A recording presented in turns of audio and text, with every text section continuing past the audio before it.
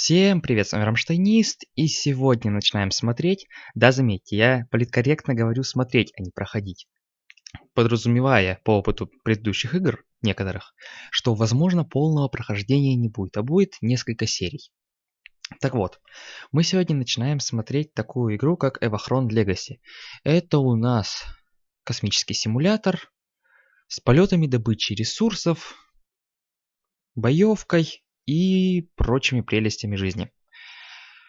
В общем-то, пока я медитировал на заставочный ролик игры в Стиме, думая, стоит мне ее брать или нет, до меня тут дошла информация, что, оказывается, нам обещают 2 часа одного только обучения, что же как бы намекает, что это будет очень весело.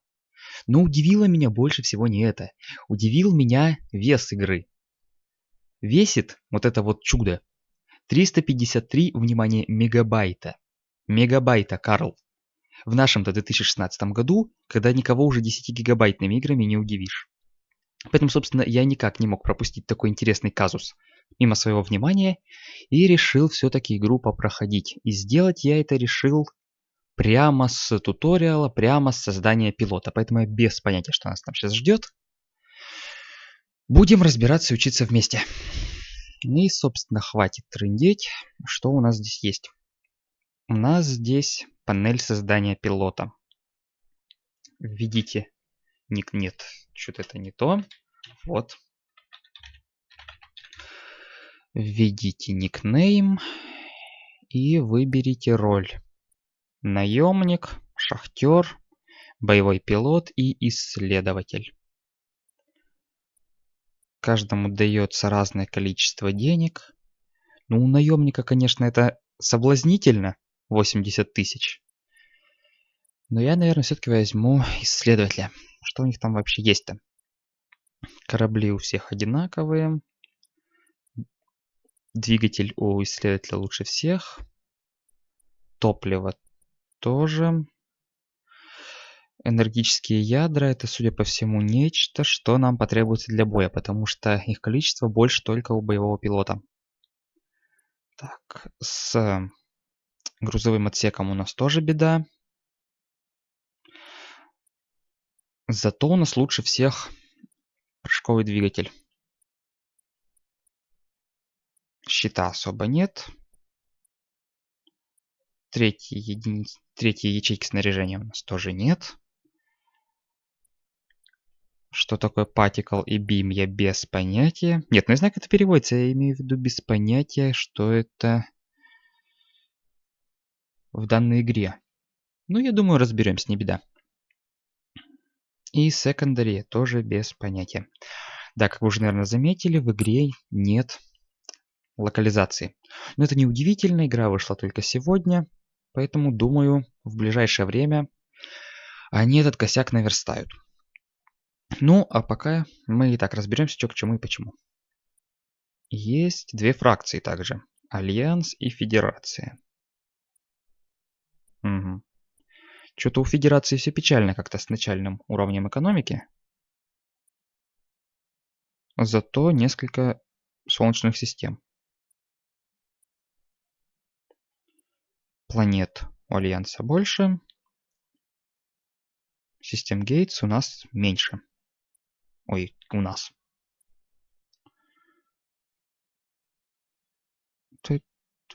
Ну, хотя, в принципе, да, у нас. За Альянс я и останусь. Потому что я, в принципе, особо не вижу разницы между двумя этими фракциями. Может быть, там есть какая-то глубокая предыстория с тайным смыслом, но я ее не увидел. Так, опции симуляции. Изменение цен, построенные на действиях и поведении игрока.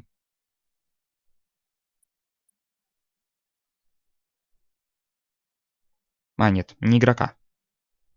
Наоборот. И отключить эту опцию, если вы хотите, чтобы только ваши действия влияли на ценовую политику. Ага, значит, по умолчанию включено все.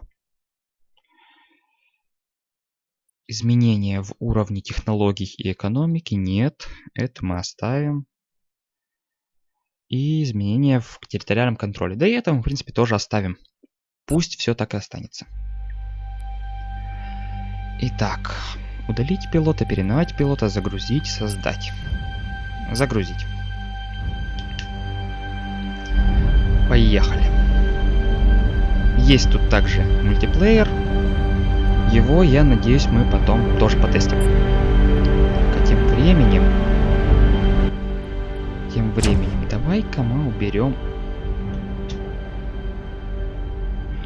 громкость музыки. Даже, наверное, вот так вот. Может быть, я, конечно, с убором. Я же сказал 30... Сколько-то там процентов.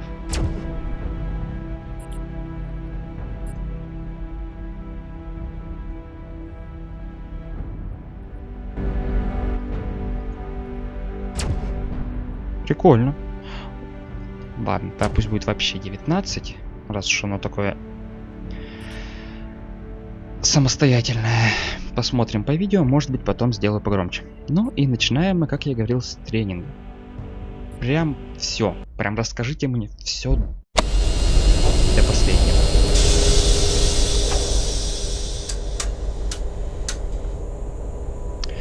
Вот, блин, все-таки, когда слышишь про вес игры в 350 мегабайт, как начинаешь к ней настолько предвзято относиться, ожидаешь графику где-то на уровне, ну не знаю, 3-летней давности. А тут с этим делом все обстоит весьма и весьма, как я смотрю, неплохо. Не HD, конечно, но вполне себе достойно. Я ожидал куда меньшего. Так, идет у нас загрузка. Загрузка идет.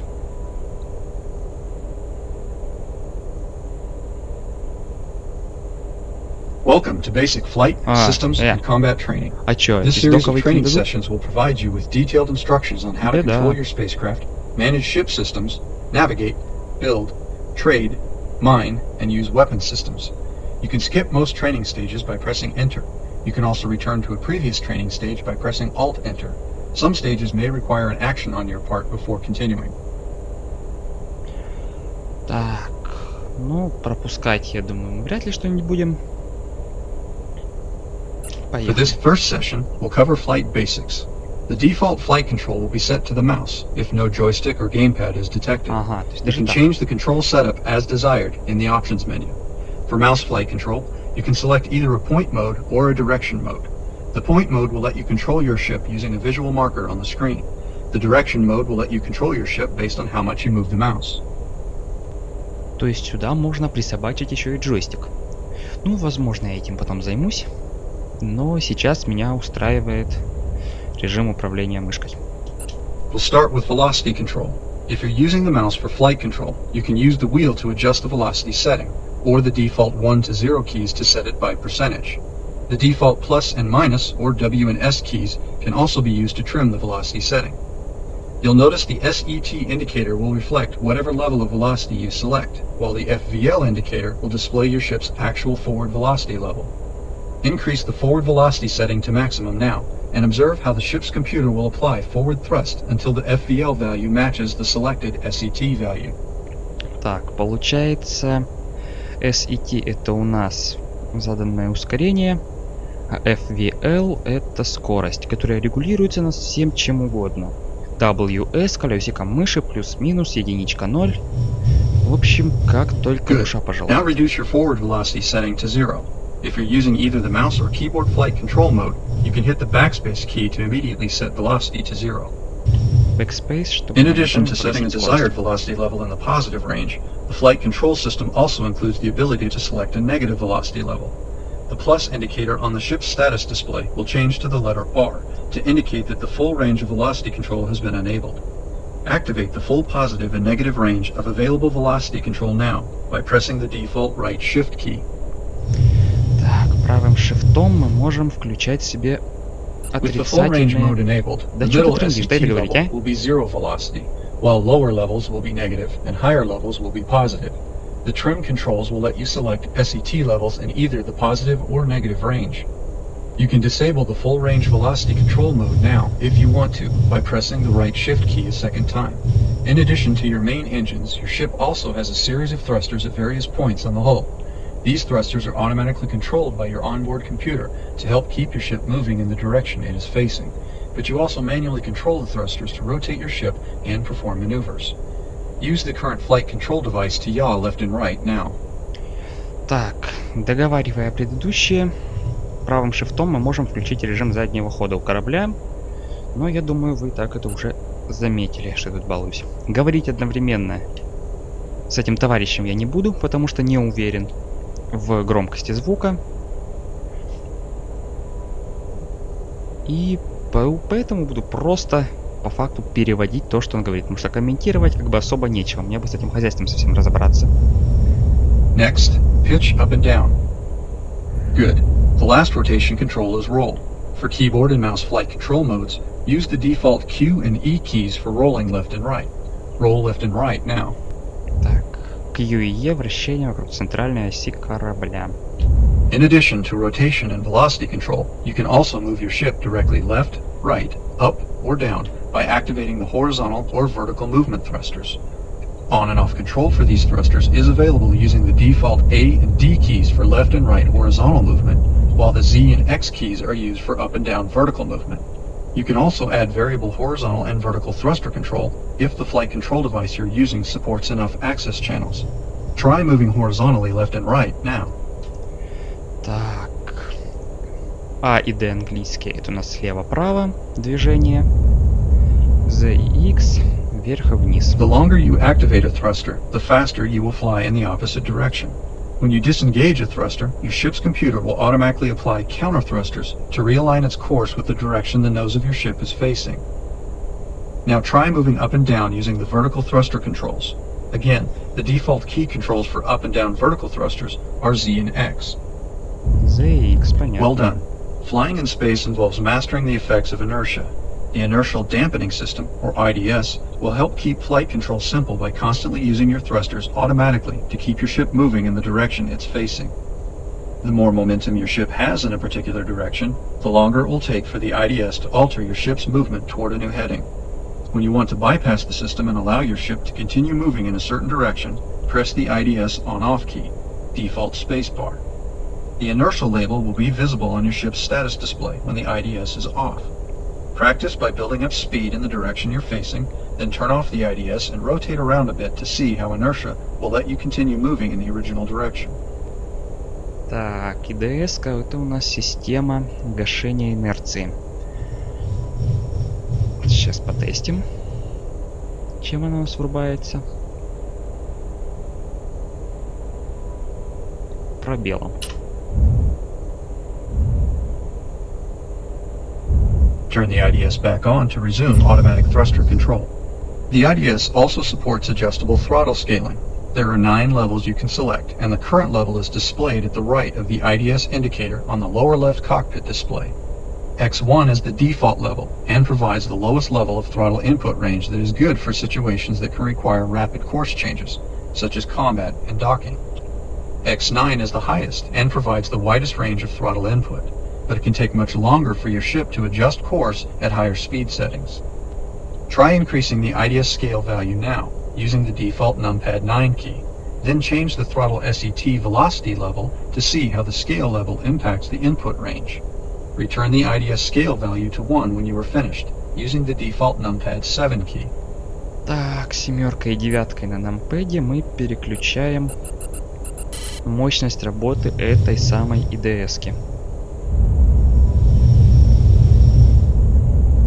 Чтобы красиво валить боком в космосе. И убираем обратно в единицу. Your ship is also equipped with an afterburner, which provides a high level of thrust from the main engines. Use it sparingly, as it consumes a much greater amount of fuel, but it can be very useful in combat when you need to escape or change direction quickly. To engage the afterburner, press and hold the default tab key. Practice using the afterburner now by accelerating to twice your ship's maximum cruise speed, then release the key to disable the afterburner. Так, а на тап у нас ускорялка. Причем довольно суровая. Так, ну-ка, 1200 или сколько у нас там максимум был?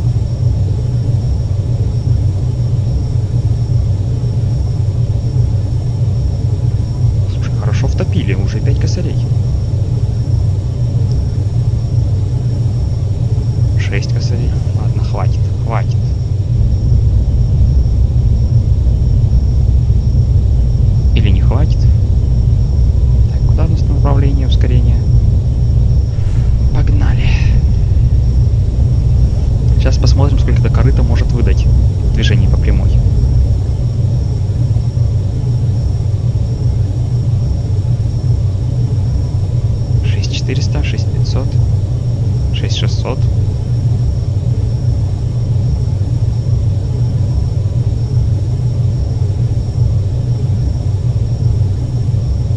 Семь 7100.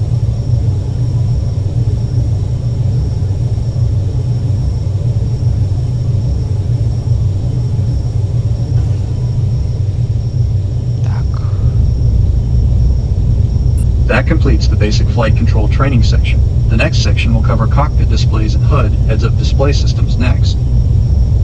Ага, теперь нам бы эту скорость погасить. Вы такие хорошие. Так.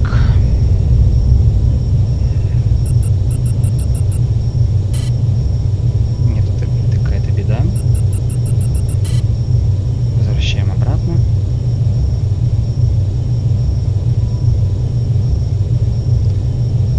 И скорость на 0.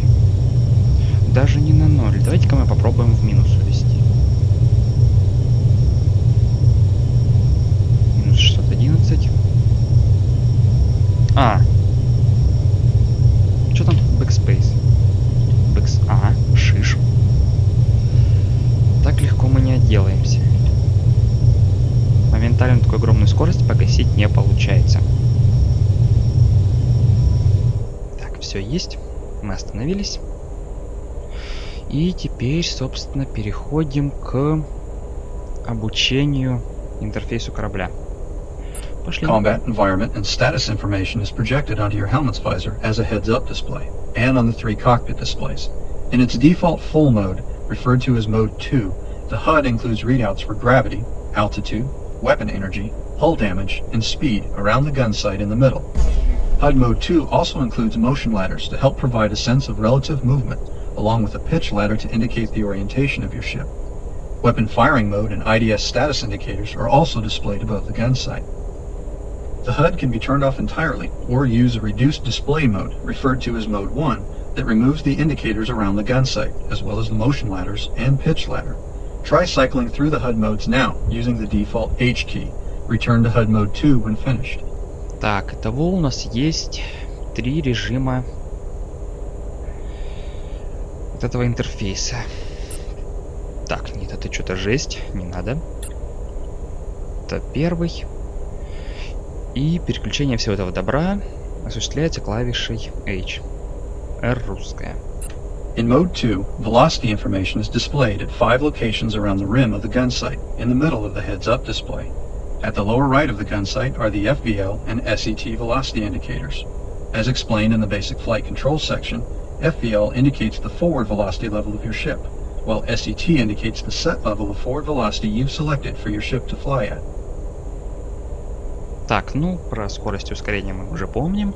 Directly above the FVL and SET indicators, in the middle right of the gun sight, is the HVL indicator, which stands for horizontal velocity level. It provides the speed your ship is traveling at horizontally, relative to its current orientation. Likewise, the VVL indicator on the opposite side of the gun sight provides the vertical speed your ship is traveling at. At the bottom of the gun sight is the AVL indicator, which stands for absolute velocity level. This velocity indicator will provide the total speed your ship is traveling at, regardless of direction. Так, 3 показателя. Горизонтальная скорость, вертикальная и общая. In the upper left corner, GVL stands for gravity velocity level. It indicates the combined effect gravity is having on your spacecraft by providing the level of velocity your ship is being pulled at by the nearest gravitational force. It is not a force factor gauge, but instead displays the overall velocity offset level gravity is imparting on your ship.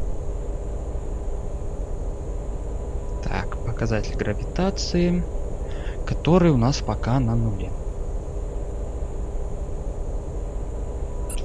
The closer you are to an object applying gravity to your ship, and/or the more powerful the gravitational pull, the higher this velocity indicator will read.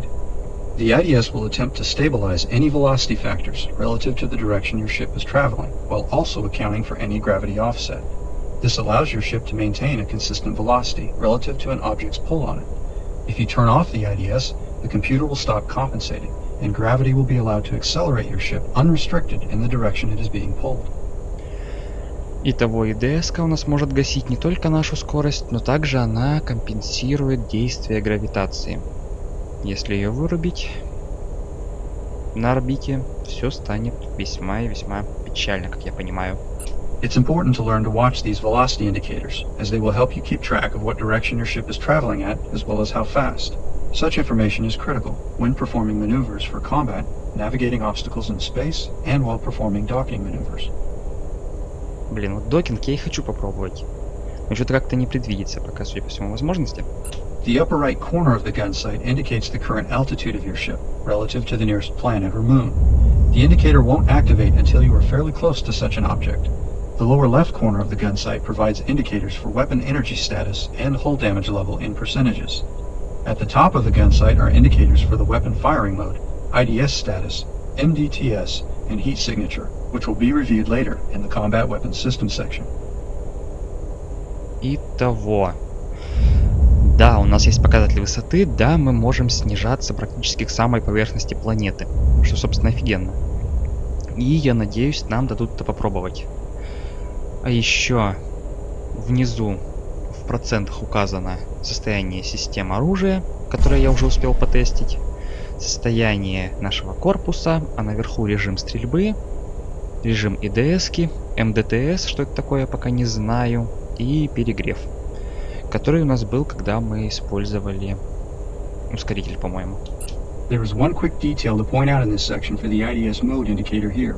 It will display IDS when the system is on, or INERT when the system is off, and your ship is drifting in inertial mode.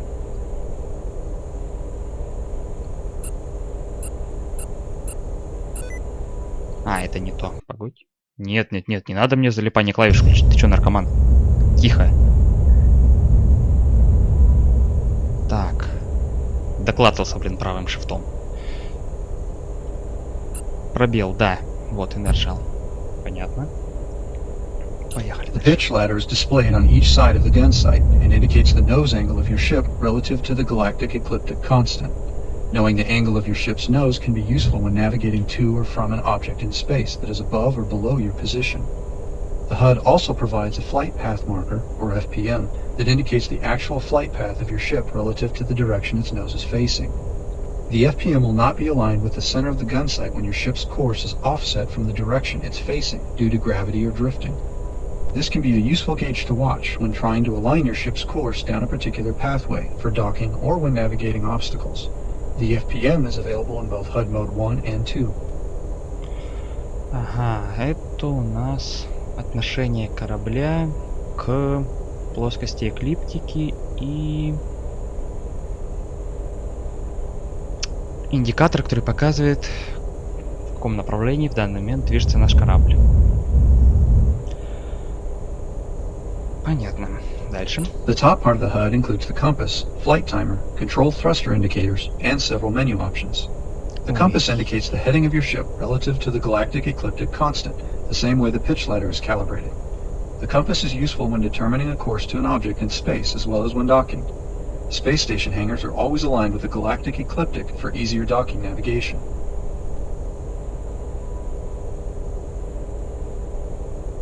Так, ну компас, допустим, понятно. Так, ниже теперь тоже понятно.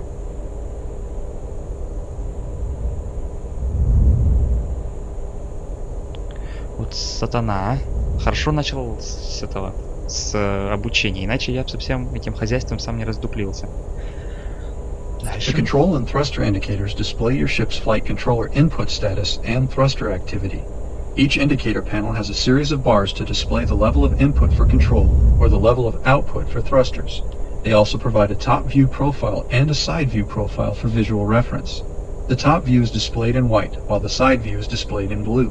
The top view indicates yaw and forward reverse levels, while the side view indicates pitch and vertical levels. It may take some time to familiarize yourself with these indicators, but they can be useful in providing a quick overview of what your ship is reacting to and how. Да. Показатели контроля и ускорения.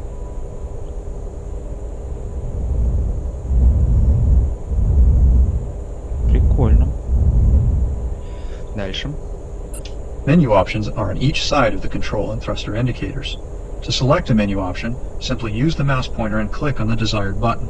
If you're using the mouse for flight control, you can hold down the Alt key to suspend flight control, so you can move the pointer to select one of the menu options. You can also optionally press both Alt keys to toggle locking the flight control mode on or off. On the far left of the menu panel is the target menu. Go ahead and open the target menu now. Так, альтом мы можем, получается, отключать режим управления мышкой, зажимая его. И открывать все вот эти вот менюшки многочисленные. The target menu lets you select a target or change the 3D radar's targeting modes. These options are also available with key or button controls, but this menu is available for a mouse click option as well. The top 4 options let you select a ship target. The bottom 3 are for radar options. Radar hostiles will toggle the hostile only mode for the radar. Radar range will toggle through the available range settings. Radar mode will toggle between the 3D and 2D display modes. Click on the target menu button again to close the menu when you are finished viewing it. Так, ну, с этим мы разберемся по ходу, я так понимаю. On the far right of the menu panel is the Fleet Options menu. Go ahead and open the Fleet Options menu now. The Fleet Options menu lets you send an order to other ships in your fleet. In single player, the order is given to computer-controlled ships that you have recruited to be part of your fleet. In multiplayer, the order is sent to players who are part of the same faction you are allied with. In single player, additional fleet selection and display options are also available. You can select a specific ship to issue an order to, or send an order to your entire fleet. You can also review the shield and damage status of each ship in your fleet, or review the order each ship is currently following. Click on the Fleet Options button again to close the menu when you are finished viewing it. То есть прикол состоит в том, что так как я сейчас играю в синглплеере, я могу отдавать команды кораблям, находящимся в моем флоте. Но если я играю в мультиплеере, то этими кораблями могут управлять реальные люди. Вот с этого места уже поподробнее. Вот это уже интересно. Нет, надо обязательно будет затестить мультиплеер. Я-то думал тут... Нет, все-таки эта игра не перестает меня удивлять. Other options along the top of the HUD give you access to the consoles, autopilot, and formation options. The formation option on the right side of the compass will keep your ship in close formation with any friendly or moderate ship you have targeted. The other options will be covered in later training sections specific to their topic categories. Next, we'll review the 3 main cockpit displays. The lower left cockpit display shows details on the status of your ship. On the top left are the 6 velocity gauges that are also available around the gun sight in HUD Mode 2. The gun sight readouts are useful for combat situations, when you don't want to have to look away from the action for very long. When using HUD Mode 1 though, these readouts are still available in this status display. Итого, вот эта вот кнопка позволяет нам поддерживать ровный строй с кораблями, поддерживать расстояние до них. А здесь у нас... Ну, показатели скорости и ускорения. Этим нас уже не удивить. Below the velocity indicators on the left side of the status display are readouts for altitude, IDS mode, fuel, countermeasures, CM, and damage levels for navigation, weapon, and engine subsystems. At the top right of the status display is the current energy setting indicator. Тут у нас высота, ИДС, топливо. Еще какая-то система назначения, которую я пока не понимаю.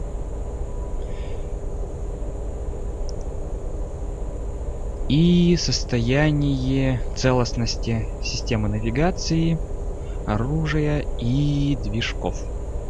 А справа у нас показатели системы. Ой, системы энергии. Your ship divides available energy between your weapon system and shield system. The current energy setting is shown next to the letters PWR. The setting will range from a value of -5 to +5. The Combat Weapons System section will cover how to use this option later. The WPN indicator displays the current energy charge status of your primary weapon system. The HUL indicator displays the current damage status of your ship's hull. The secondary list displays any secondary weapons or items you have installed, and the weapon or item that is currently armed and ready is at the top of the list in the number 1 slot. Итого, тут у нас распределение энергии между оружием и щитами, ниже состояние оружия, зарядки, ниже состояние корпуса И список вторичного вооружения. The shield display provides the status of your ship's shield arrays. Directly below the shield display is the current weapon firing mode indicator. Состояние наших щитов, которые, я так понимаю, могут выходить из строя сегментарно, то есть, допустим, только спереди или только справа. И режим стрельбы. The middle cockpit displays your 3D radar. It provides direction and range information on certain objects in space. Green dots indicate friendly ships, yellow dots indicate moderate ships, and red dots indicate hostile ships. When red dots appear on the radar, a warning sound will help bring the threat to your attention. Blue dots indicate stations, red dots with small brackets indicate inbound missiles, white dots indicate cargo, and purple dots indicate unknown or miscellaneous objects. Да фиг все это запомнишь так с лету-то. Так, зеленые это дружелюбные корабли, это понятно, союзные. Желтые отметки Moderate Ships пока не знаю, но судя по тому, что у нас такая имеется, хотя нет, это не то, вряд ли это корабль, это все-таки, наверное, планета отмечена. Потом красные отметки это враждебные корабли. Нас оповестят сигналом тревоги, когда враждебные корабли войдут в зону действия радара. Синие отметки станции. Красные точки с какими-то маленькими пометками — это ракеты. Белые точки — это доки. И фиолетовые — это неизвестные объекты. The radar offers two primary display modes, 3D and 2D. When in 3D mode, the letters DIR will appear in the mode indicator at the lower right of the radar display. When in 2D mode, the letters DIS will appear in the mode indicator. The 3D mode is primarily for direction information, while the 2D mode is primarily for distance information. You can toggle between the modes using the default numpad plus key. Observe both modes now by switching between each of them, then return to the default 3D DIR mode. Так, плюс на нампэде это переключение 2D, 3D мода нашего радара. The 3D mode displays radar contacts from behind and above your ship's position, using a spherical layout to provide directional reference information. The dots include an attached line that points away from the center of the radar sphere in 3D mode, which helps you determine if an object is behind or ahead of you. The blue highlight brackets in the middle at the front of the 3D radar's spherical frame indicate the forward direction of your ship, so you can fly toward an object by bringing its corresponding dot into these brackets. An object's range is displayed by the number of lines surrounding its dot. No lines indicate a distant object. One set of lines indicate a medium-range object, while two sets of lines indicate a close-range object. Итого, синяя отметка нам показывает, куда мы движемся в настоящий момент. И что еще?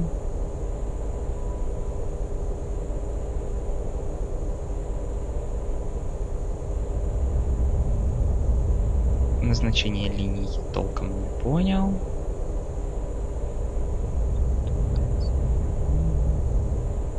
Ладно. Разберемся позже. The radar's 2D mode displays radar contacts from an overhead perspective. It's best used when your ship is flying relatively level and provides more specific range information on various objects in the area versus the 3D radar mode. You can filter out radar contacts by range in either mode for a less cluttered view in crowded space, or to prioritize close-range targets only.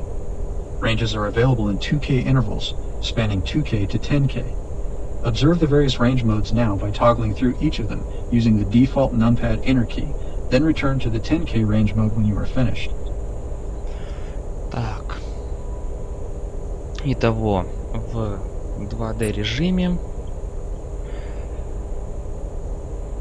нам лучше сидеть, когда мы движемся без учета вертикали, только в плоскости эклиптики.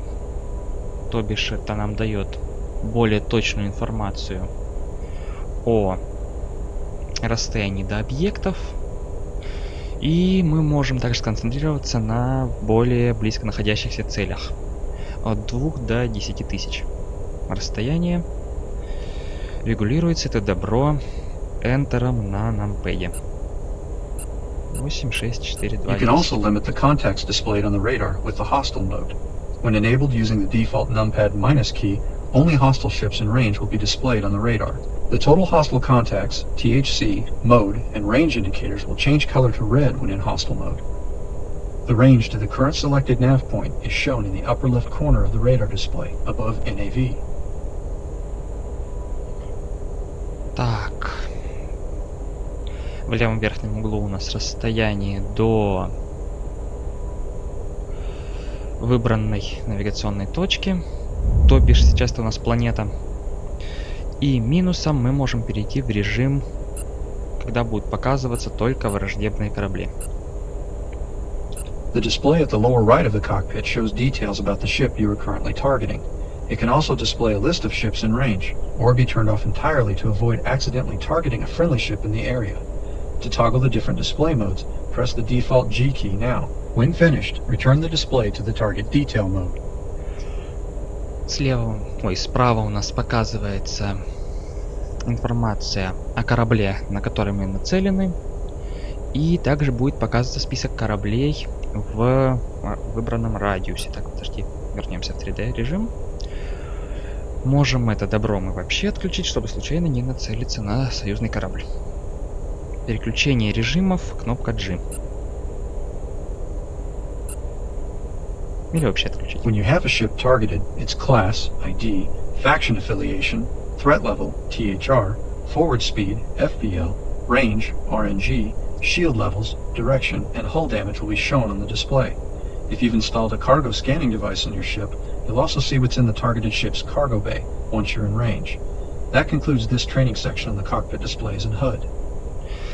Итого, первые верхние 4 строчки это у нас вся информация о корабле, а в случае, если мы установим себе сканер, то нижний список покажет нам, что у него в трюме, так обзовем его.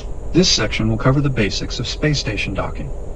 Space stations align their entrances, also referred to as gates, in a fixed pattern aligned with the galactic ecliptic. So to approach a hangar entrance, you want to line up with one of the docking angles and keep pitch at 0. Hangar entrance 1 uses heading 180. Entrance 2 uses 252. Entrance 3 uses 324. Entrance 4 uses 36. And entrance 5 uses 108. Cyan-colored markers are displayed on the compass tape at the top of the HUD to help guide you on the available docking angles. И это уже у нас идет самое интересное. Это часть стыковки с космической станцией. Но я думаю, мы и так уже сильно засиделись, информации много, поэтому с этим я продолжу уже в следующей серии. Я надеюсь, вам было также интересно посмотреть на эту довольно необычную игру. Я думаю, она вас заинтересовала, и поэтому рассматривать мы ее все-таки продолжим в следующей серии. Ставьте лайк, если вам понравилось это видео. Подписывайтесь на канал. С вами был Рамштайнист. Всем удачи, всем пока.